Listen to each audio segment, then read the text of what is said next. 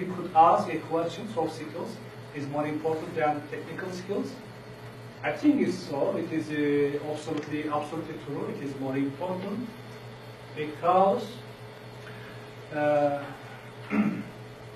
if you continue for other slide, please just continue. You see here, it is important to understand what soft skills, because I didn't make a touch for that. There are many meanings. There are many kinds of soft skills, but just main and general terminology for this concept. You see here, okay, effective communication, not communication, how it will be effective.